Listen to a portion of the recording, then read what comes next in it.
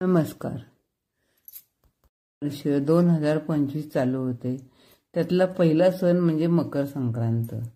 मकर संक्रांतीपासून रथसप्तमीपर्यंत बायका हळदी कुंकाचं वाण देतात. तर आता हे हळदी कुंकू का करतात, त्याचं महत्त्व काय आहे ते आपण पाहूया. हळदी कुंकू का करतात तर हळदी आणि कुंकू लावल्यामुळे सुवासिनींना श्री दुर्गा देवीचं अप्रकट तत्व जागृत होतं आणि हळदी कुंकू श्रद्धापूर्वक हळद कुंकू लावणाऱ्या जीवासाठी कार्य करतात. हळदी कुंकू करणे म्हणजे एक प्रकारे ब्रह्मांडातील सुप्त आदिशक्तीच्या लहरींना जागृत होण्यासाठी त्यांना आवाहन करणे.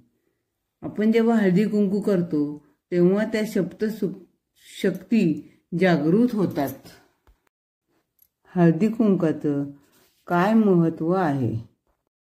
हळदी कुंकासाठी आलेल्या स्त्रियांच्या मनगटावर अत्तर लावा आणि त्यांच्या कपाळावर हळदी आणि कुंकुमचा टिळा लावा.